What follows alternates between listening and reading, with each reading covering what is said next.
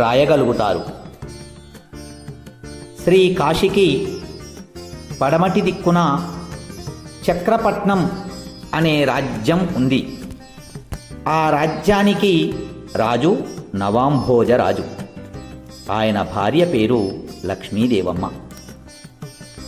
వీరికి చాలా కాలం వరకు సంతానం లేదు. ఆమె జటంగముని దయతో 7 ఆడపిల్లలను కన్నది. ఆ 7 వరుసగా సూర్యనాగమ్మ, చంద్రనాగమ్మ, ఉత్తర కన్య, దక్షిణ కన్య, పగడాల నాగమ్మ, పగడాల సంగమ్మ, మునికన్య, బాలనాగమ్మ అనే పేర్లు పెట్టారు.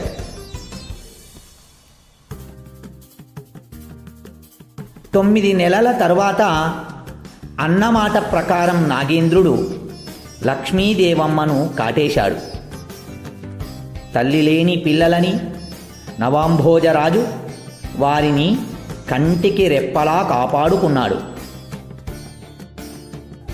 మంత్రులు, ప్రధానులు, బంధువులు అందరూ కలిసి నవాంభోజరాజుకు మాణిక్యాల దేవితో మారు మనువు 2వ పెండ్లి చేశారు. అయితే ఆమె పిల్లలను కన్నమ్మ కష్టాలు పెట్టి తన భర్తకు మరుగుమందు పెట్టి పిల్లలను అడవిలో వదిలేలా చేసింది.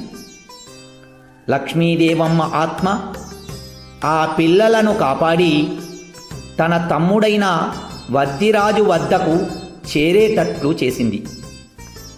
వద్దిరాజు తన 7 కొడుకులకు అక్క బిడ్డలనిచ్చి పెళ్లి చేశాడు.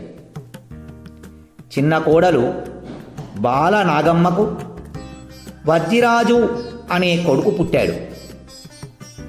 ఇది ఇలా ఉండగా నాగల్లపూడి రాజ్యంలో మాయలు తెలిసిన ఫకీరు ఉండేవాడు.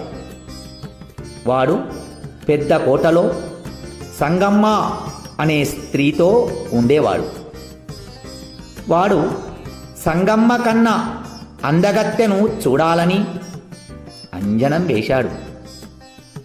వాడికి బాలనాగమ్మ కనిపించింది.